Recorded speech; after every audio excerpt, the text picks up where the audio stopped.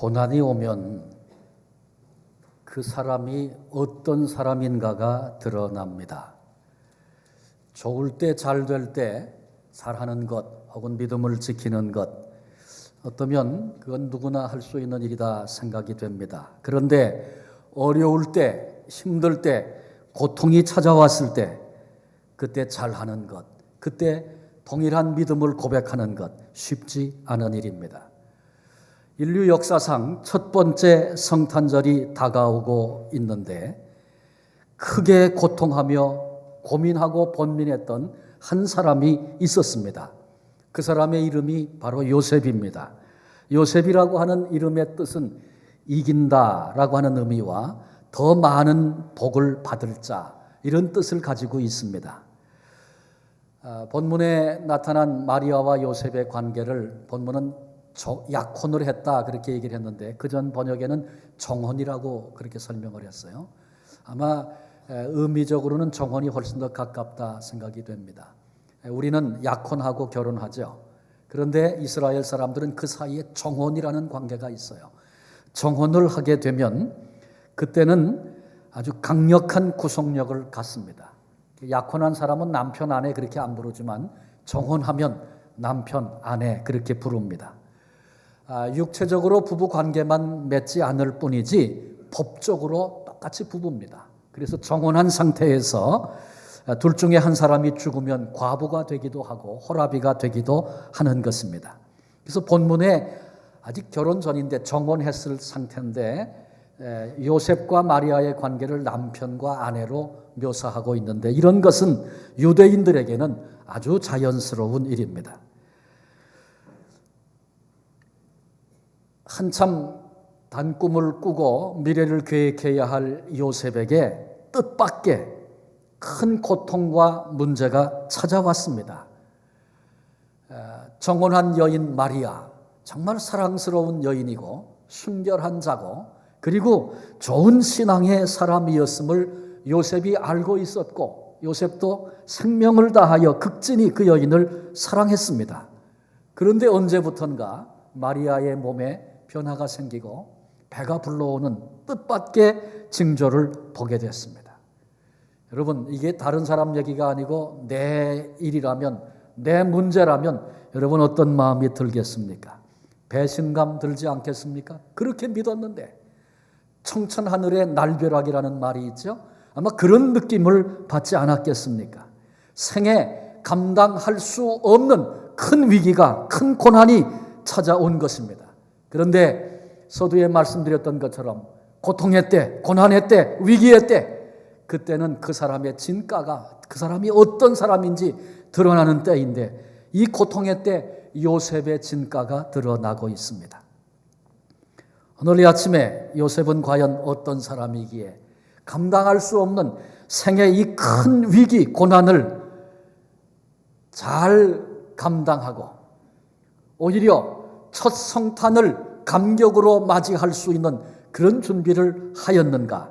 함께 본문에 나타난 요셉의 모습을 살피면서 오늘 우리에게 주시는 영적인 교훈을 함께 좀 나누려고 합니다. 본문에 나타난 요셉은 말의 실수가 적은 사람이었다라고 하는 것을 발견하게 됩니다. 19절에 보니까 드러내지 아니하고 그런 말씀이 나와요. 뭘 드러내지 않았다는 거예요? 자기가 정혼한 여인 마리아가 잉태를 했어요. 그래서 배가 불러와요. 근데 그 사실은 정혼한 남편에게 있어서는 견디기 어려운 수치스러운 일이고 그래서 그 사실을 드러내고 곳곳에 가서 얘기하면 이제 마리아는 요셉에게 버림을 받는 건 물론이고 이 소식을 들은 사람들에게 돌로 맞아 죽는 그런 비극이 있습니다. 그런데 요셉은 그와 같은 일들을 스스로 사귀면서 겉으로 드러내지 아니했다. 본문의 말씀입니다. 우리는 인생을 살면서 어떤 뜻밖의 일을 당한다든지 문제가 생기면 그 사람들에게 얘기하는 것이 아주 자연스럽고 그렇게 되어 있습니다. 뭔가 있으면 입이 근지러워서 말을 안 하면 못 견디는 것, 이게 아마 우리 인간들의 성향이 아닌가 싶습니다.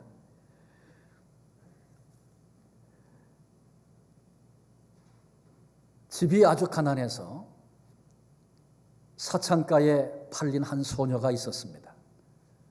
그 인간답지 않은 환경 속에서 전전긍긍하며 겨우 살아내고 있었던 그런 소녀였는데, 그곳에서 심성이 아주 곱고 착한 한 청년을 만나게 됩니다.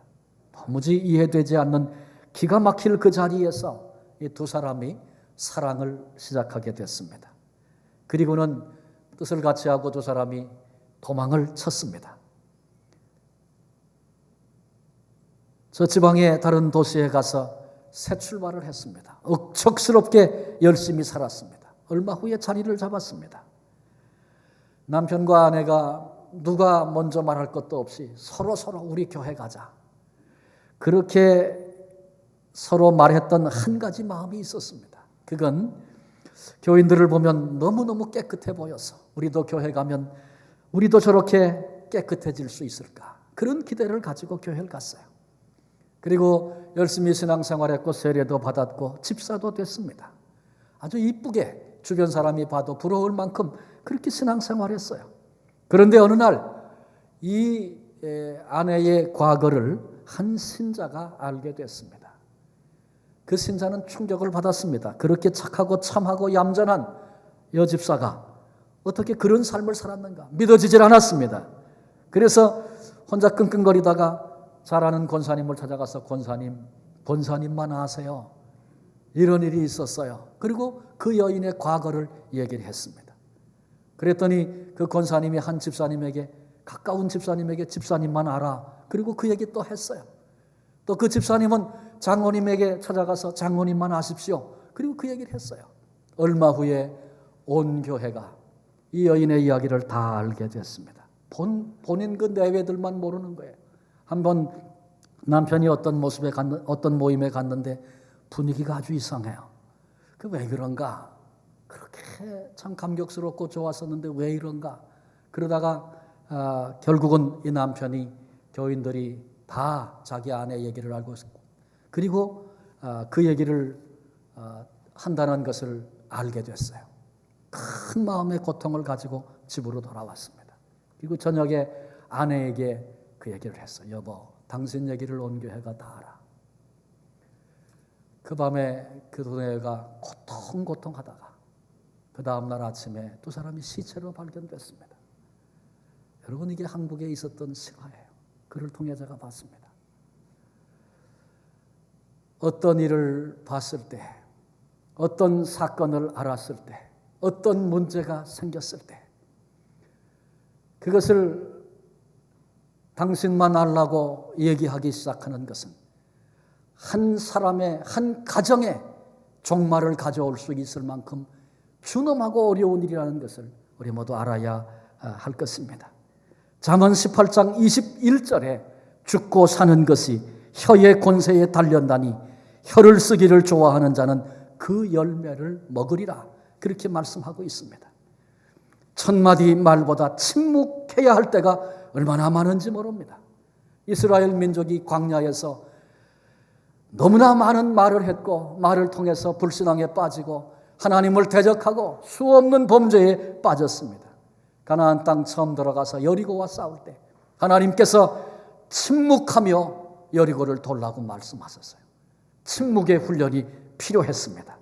입을 닫고 하나님만 생각하고 하나님만 바라봐야 할 인생의 때가 있다는 것입니다. 우리가 인생을 살아가면서 말해야 할 때 있지만 입 다물어야 할 때도 얼마나 많은지 몰라요. 무익한 말을 하면 그것을 하나님께서 우리에게 갚으실 때가 있을 것이라고 성경은 말씀하고 있습니다. 얼마나 쓸데없는 말을 우리가 많이 하고 사는지 몰라요. 요셉은 극한 상황을 만났어요.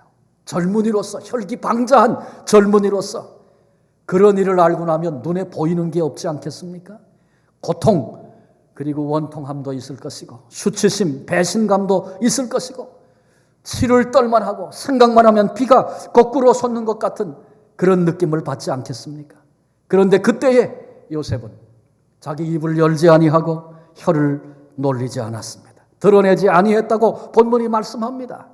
잠언 21장 23절은 이렇게 말합니다. 입과 혀를 지키는 자는 자기 영혼을 환난에서 보존하느니라.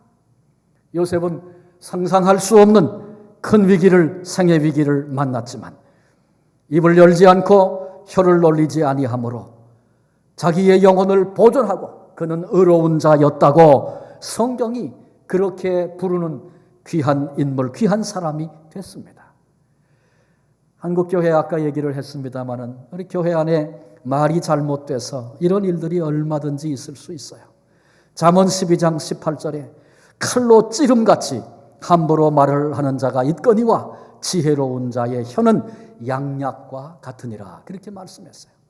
우리 주변에는 두 종류의 사람이 언제든지 있습니다. 한 사람은 남의 허물, 기회가 있으면 들춰내고 드러내는 사람입니다. 작은 문제를 크게 침소봉대하는 그런 사람이 있습니다. 그런가 하면 문제가 있으면 그 문제를 덮고 어떻게든지 그 문제를 작게 만드는, 그리고 고통과 아픔을 덮는 역할, 그래서 다른 사람을 치유하는 그런 사람이 있습니다. 그런 방식의 삶이 하나님 앞에 복된 삶임을 우리들이 알아야 합니다. 칼을 함부로 휘두르고 사람을 찌른다면 얼마나 큰 비극이겠어요. 그런데 혀를 놀리는 것이 꼭 그와 똑같은 것이라고 성경이 말씀하고 있는 것입니다. 야고보서 3장 2절에 우리가 다 실수가 많으니 만인 말에 실수가 없으면 곧 온전한 사람이라 능히 온몸도 굴레 씌우리라. 쉽지 않지만 그건 그렇게 귀한 것이라고 가르치고 있습니다. 우리 모두가 다 그렇죠. 저도 살다 보면 지나고 나서, 말하고 나서 그때 잠잠했어야 할 때 내가 입을 열었구나, 이렇게 느껴지고 후회가 될 때가 얼마나 많은지 몰라요. 여러분에게는 그런 경우들이 없었습니까? 요셉을 이 아침에 우리들이 함께 살피면서 마음에 그런 고통과 아픔이 있어도 드러내지 않고 입을 닫았던 요셉의 모습을 우리들이 함께 배울 수 있기를 바랍니다. 두 번째로 요셉은 깊이 생각하는 사람이었습니다. 경솔히 처리하지 않고, 어떤 문제와 일을 경솔히 처리하지 않고 쉽게 단정하지 않고 깊이 생각하는 사람입니다. 어려움이 오면 사탄은 우리 귓가에 늘 속삭입니다. 다 끝났다. 구약 성경의 위대한 인물로 설명되고 있는 엘리야도 그런 문제 앞에 넘어졌던 사람이었습니다. 갈멜산의 대승리를 우리는 기억하고 있습니다. 하나님의 살아계심을 엘리야가 온 백성 앞에 나타냈고, 바알 선지, 아세라 선지 850명을 기손시냇가로 끌고 가서 그들을 단호하게 처단함으로 영적인 죄악을 정결케 했던, 시대의 아픔을, 시대의 죄악을 하나님 앞에 청산했던 그런 위대한 인물이었습니다.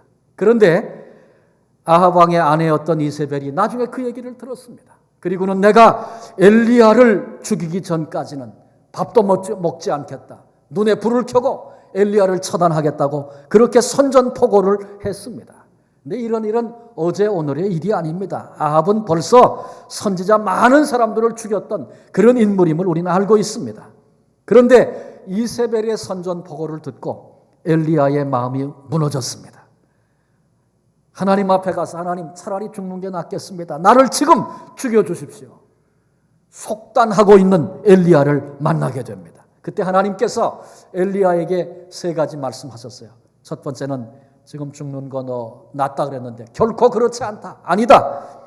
두 번째는 너만 이 고난의 시기를 살고 있는 것이 아니라 바알에게 무릎 꿇지 아니한 7천 사람이 있다.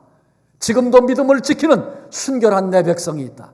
하나님께서 그 사실을 알게 하셨습니다. 그리고 세 번째는 너 선지자 아묵의 왕에게 가서 기름 부어 왕이 되게 하고 선지자가 되게 해라. 사명이 너 있다. 힘을 내고 주저앉지 말고 절망하지 말고 사명을 위하여 나아가라. 그렇게 하나님이 도전하셨습니다.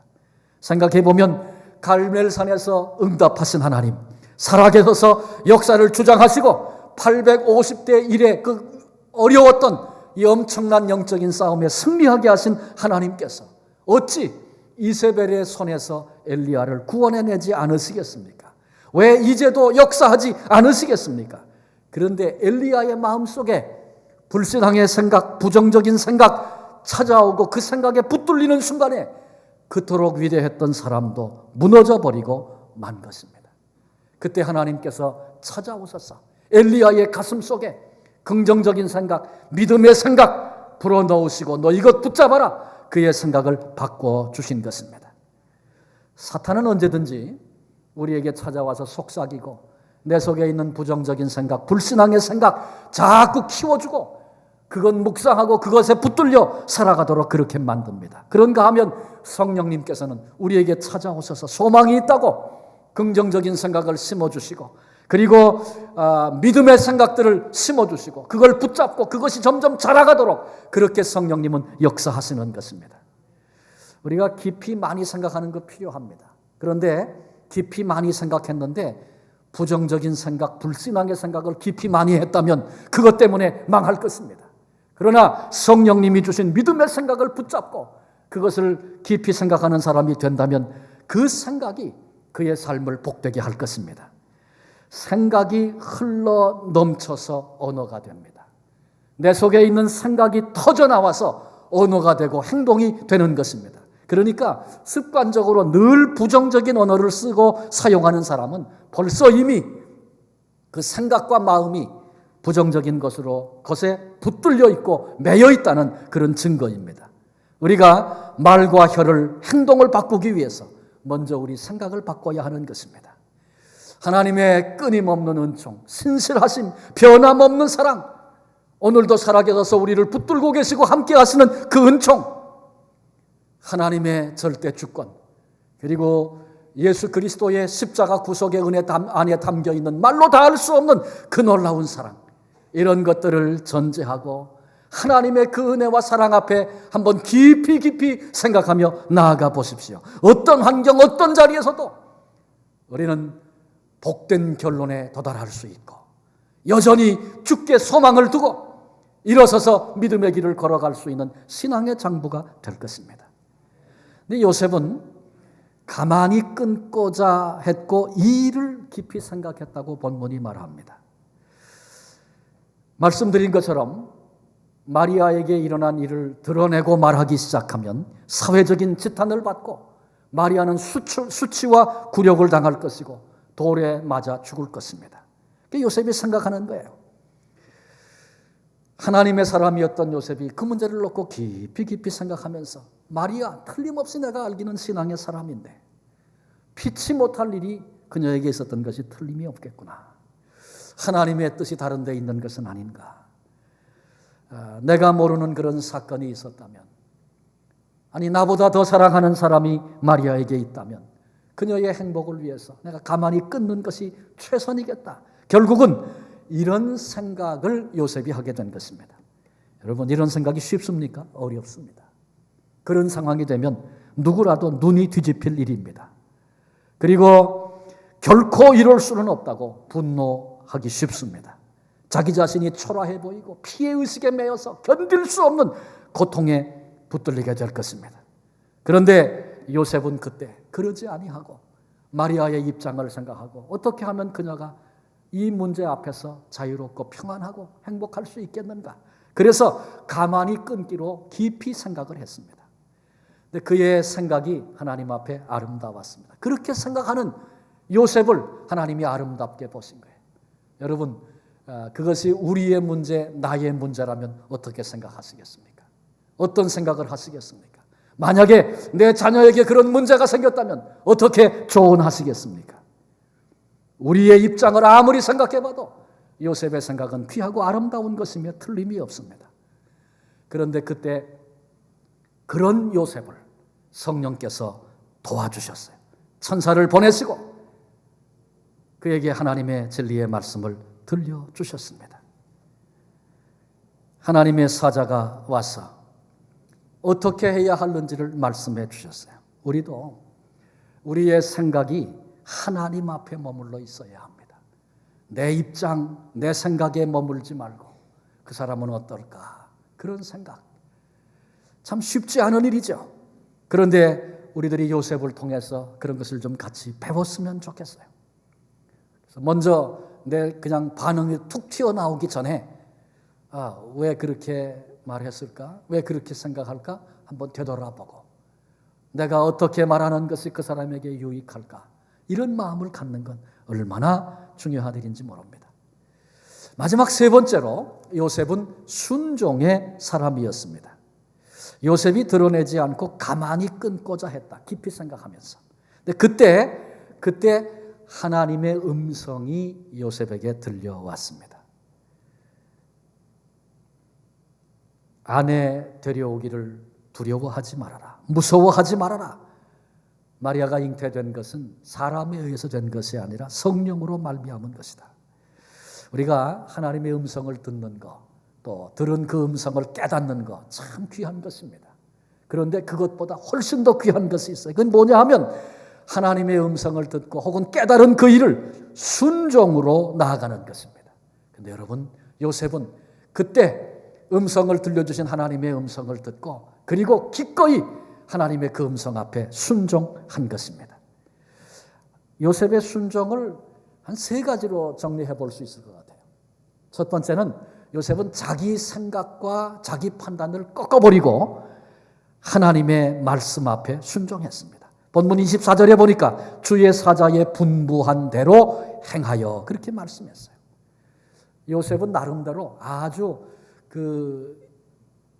바른 생각을 가지고 있는 사람이고 생각을 해도 악한 생각을 품지 않고 자기 이익을 도모하기 위해서 다른 사람 생각하지 않는 그런 마음, 그런 판단력이 아니고 꽤 괜찮은 판단력을 가진 사람이었어요.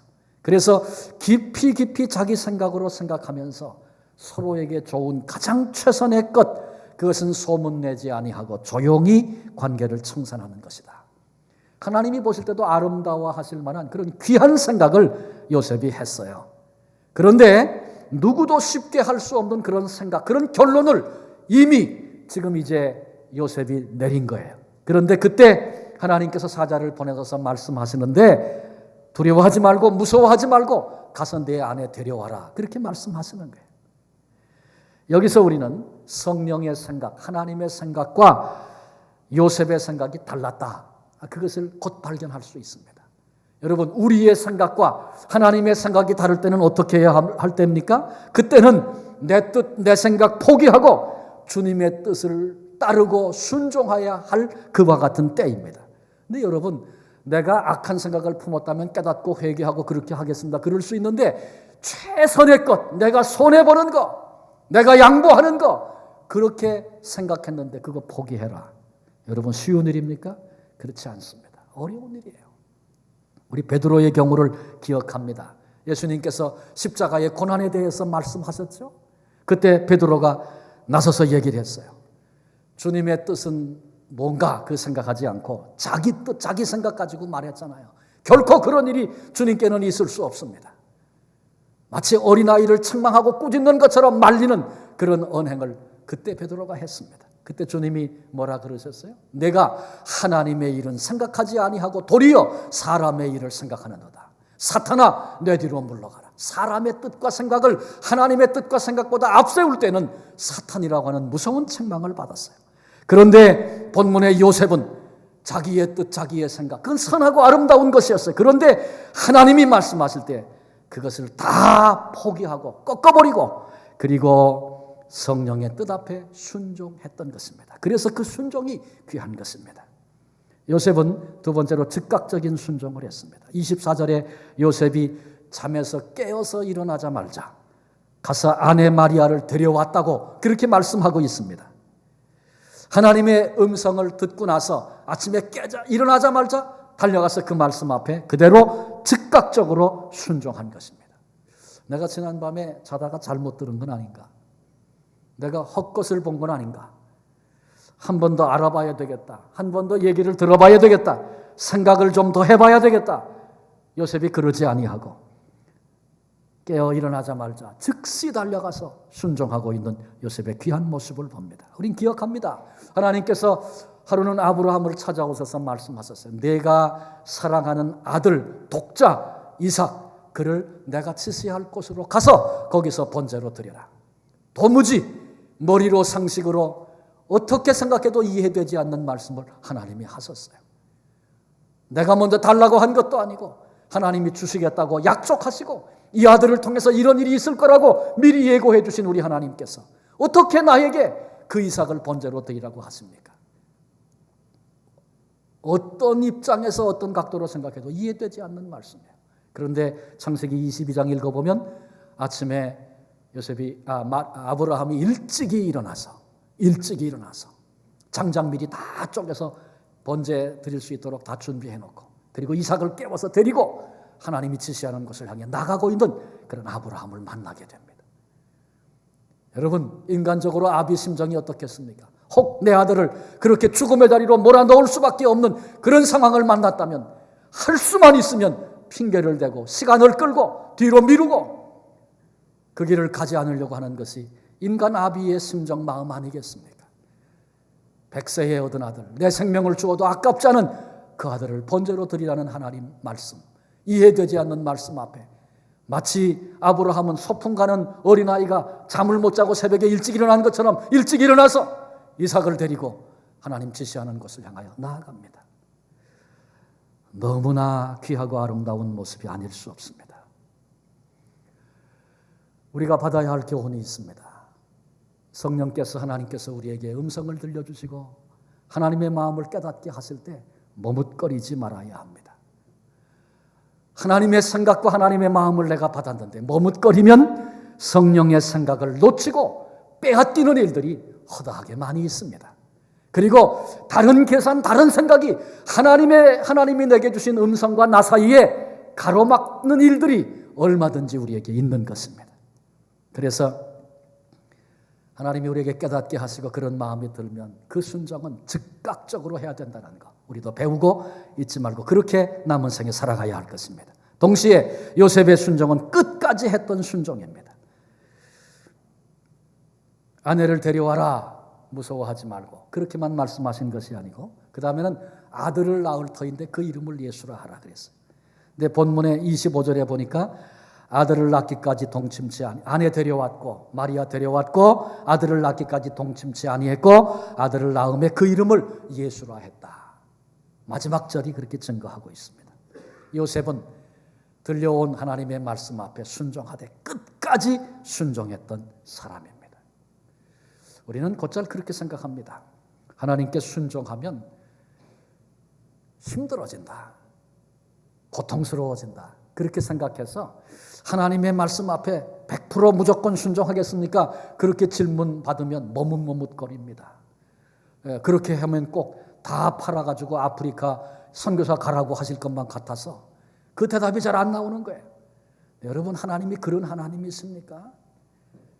아브라함에게 아들 이삭 드려라 그랬지만 아브라함이 하나님의 말씀 앞에 그대로 순종해서 칼을 들어 그 아들을 잡으려고 할 때 하나님께서 깜짝 놀라서 아브라함의 이름을 급하게 2번 반복해 부르시면서 내가 내 마음 받았다.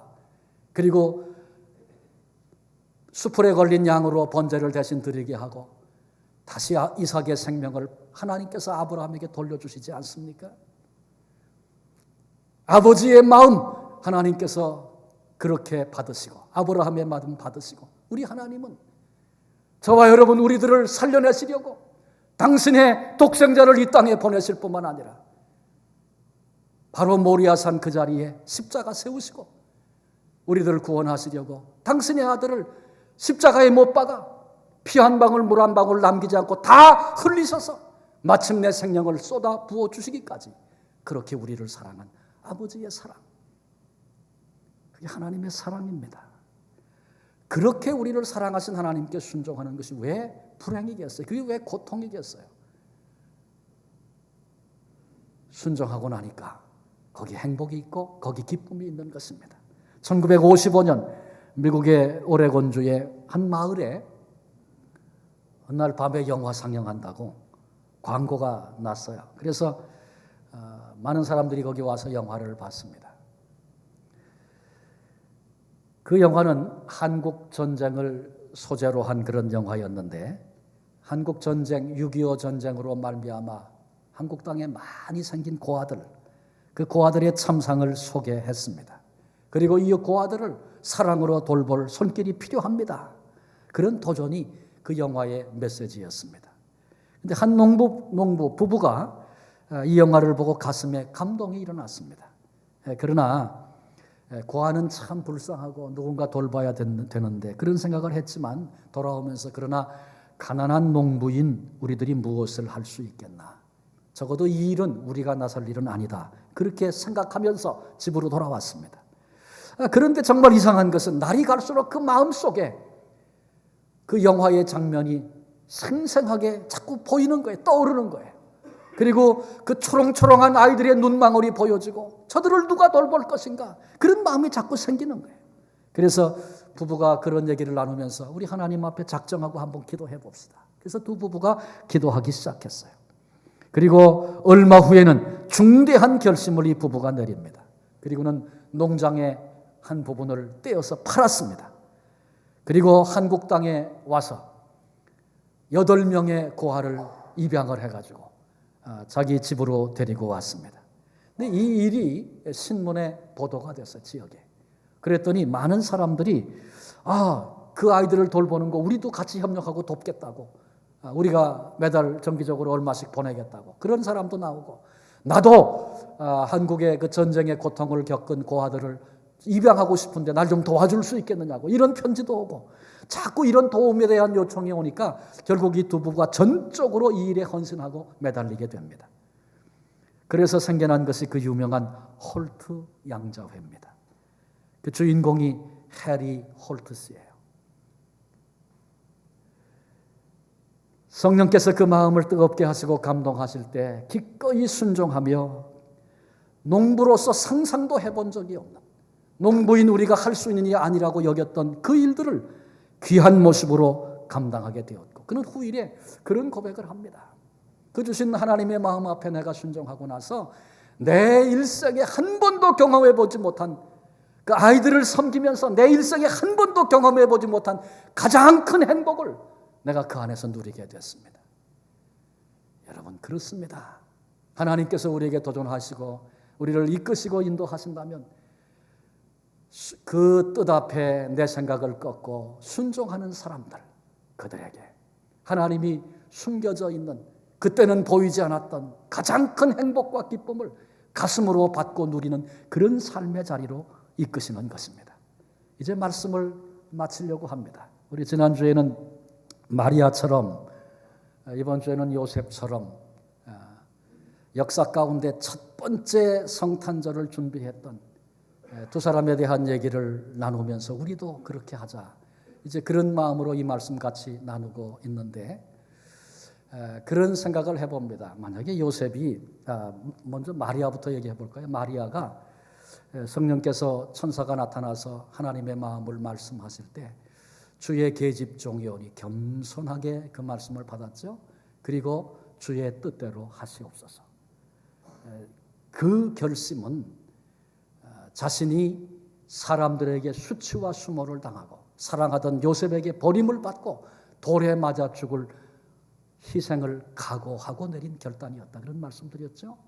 그렇게 순종했기 때문에 역사 가운데 나타난 첫 번째 이 성탄절을 가장 큰 감격으로 맞이하게 된 여인이 됐습니다.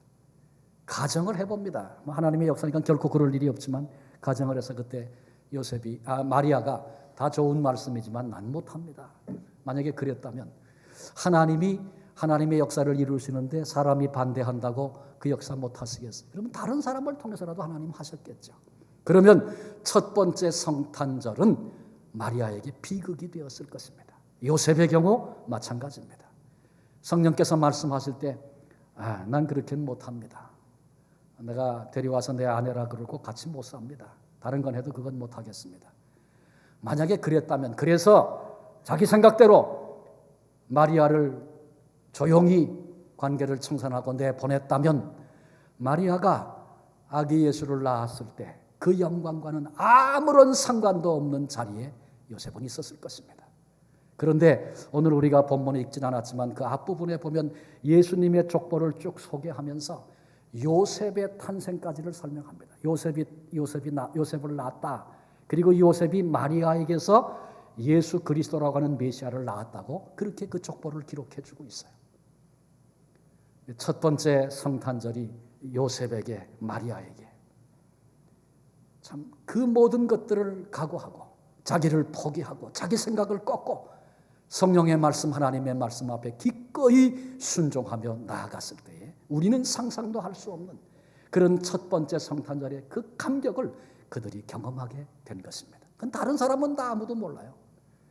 그 헌신을 하고 나서, 그 결단을 하고 나서 하나님 앞에 되어진 역사들을 그 생애 속에 경험해 나가면서 하나님의 역사한 가운데 가장 큰 사랑을 나타내시는 하나님의 일에 쓰임을 받게 됐다고 하는 그 감격을 그들은 경험했습니다. 이번 성탄절이 이제 이번 주 수요일이죠. 며칠 남지 않았어요. 이제 곧 올 것입니다.